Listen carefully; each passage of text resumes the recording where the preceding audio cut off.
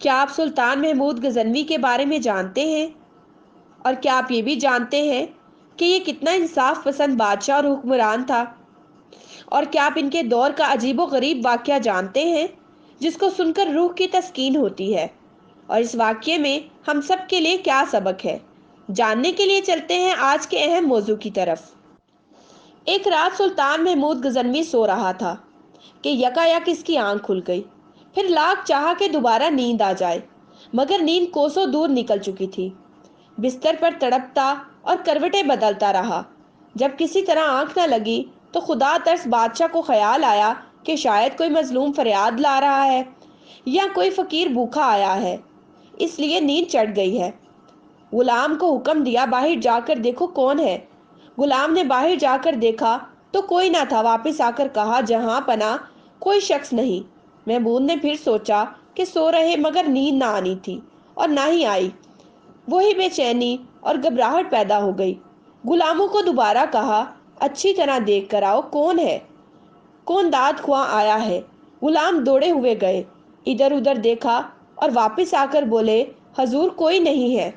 سلطان کو شبہ ہوا کہ شاید غلام تلاش کرنے سے جی چراتے ہیں۔ غصہ میں خود کھڑا ہوا اور تلوار ہاتھ میں لیے ہوئے باہر آ گیا۔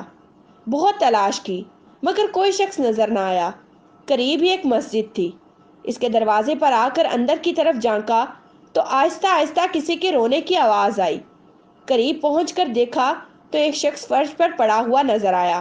اس کا منہ زمین سے لگا ہوا تھا، آنکھوں سے آنسو جاری تھے، آہیں بھر رہا تھا اور چھپکے چھپکے کہہ رہا تھا کہ سلطان کا دروازہ بند ہے تو کیا، سبحان کا دروازہ تو کھلا ہوا ہے۔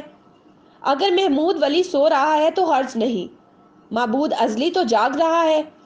محمود یہ سن کر اس کے بالکل قریب پہنچ کر بولا، محمود کی شکایت کیوں کرتا ہے؟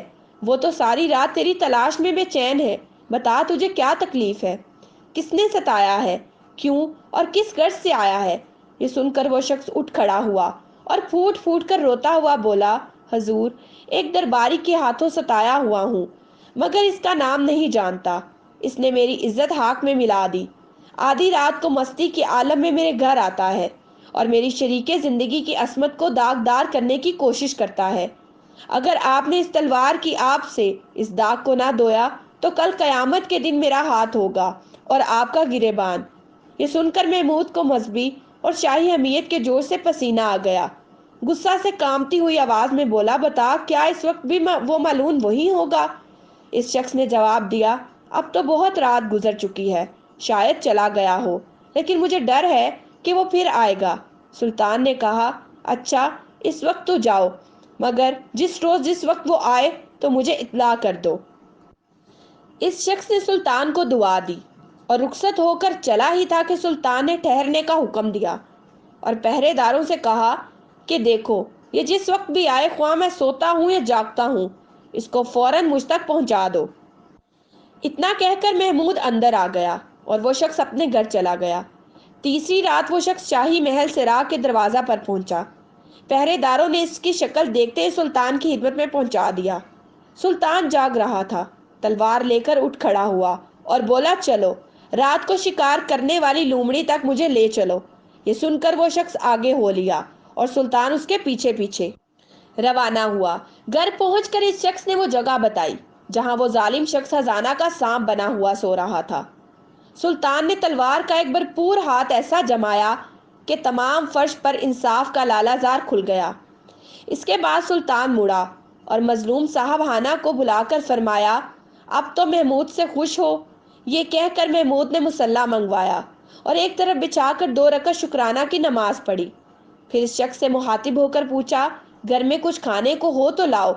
اس شخص نے جواب دیا، ایک چیونٹی سلطان کی کیا خاطر کر سکتی ہے، جو کچھ ہے حاضر کرتا ہوں۔ یہ کہہ کر دسترخوان ڈھونڈ کر سوکھی ہوئی روٹی کے کچھ ٹکڑے لیے ہوئے آیا اور سلطان کے سامنے رکھ دیے۔ سلطان نے اس رغبت اور شوق سے یہ ٹکڑے کھائے کہ شاید ہی عمر میں کوئی لذیذ غذا اس طرح نہ کھائی ہوگی۔ کھانے سے فارغ ہو کر سلطان نے اس شخص سے کہا، معاف کرنا میں نے تمہیں کھانے کے لیے تکلیف دی، لیکن سنو بات یہ ہے کہ جس روز تم ملے اور اپنا دکھڑا سنایا اس وقت میں نے قسم کھائی تھی کہ جب تک اس حبیث کے سر کو اس کے شانے سے جدا کر کے تمہارے گھر کو پاک نہ کر دوں گا، رزق کو حرام سمجھوں گا۔ پھر 2 رکعت شکرانہ میں پڑھی، جس پر تم حیران ہو رہے ہوگے۔ لیکن سنو، اس شخص کے متعلق مجھے اندیشہ تھا کہ میرے بیٹوں میں سے کوئی ہوگا۔ میں اپنے دل میں کہتا تھا کہ میرے درباریوں اور مصاحبوں کو اتنی جرأت نہیں ہو سکتی کہ وہ میرے مزاج سے واقف ہوتے ہوئے ایسی حرکت کریں۔ میں جس قدر زیادہ سوچتا گیا، اسی قدر میرا یقین بڑھتا گیا۔ اتنی بڑی گستاخی کی ہمت صرف بادشاہ کی اولاد کو ہو سکتی ہے، کیونکہ یہ عام طور پر غرور کے نشہ میں مست رہتے ہیں۔ چنانچہ میں تمہارے ساتھ یہاں اپنے کسی فرزند کو قتل کرنے کے ارادہ سے یہاں آیا تھا۔ جب میں نے صورت دیکھی تو معلوم ہوا کہ یہ میرا فرزند نہیں، کوئی غیر شخص ہے، اس لیے میں نے خدا کا شکر ادا کیا۔ بے شک بادشاہ ہوں تو ایسے انصاف کرنے والے۔ اللہ کرے ہمارے حکمرانوں کو بھی اس واقعہ سے سبق حاصل کرنے کی توفیق عطا ہو، آمین یا رب العالمین۔ مجھے امید ہے کہ ناظرین کے لیے آج کی ویڈیو بہت ہی انفارمیٹیو رہی ہوگی، اور اگر آپ چاہتے ہیں کہ ہم ایسے ہی آپ کے ساتھ اہم موضوع شیئر کرتے رہیں تو ہمارے چینل کو لائک، شیئر اور سبسکرائب کرنا مت بھولیں، اور بیل آئیکن کا بٹن ضرور پریس کریں تاکہ ہر نئی ویڈیو کا نوٹیفیکیشن آپ کو آپ کی اسکرین پر ملے۔ اب میں آپ سے اجازت چاہوں گی۔ شکریہ، اللہ حافظ۔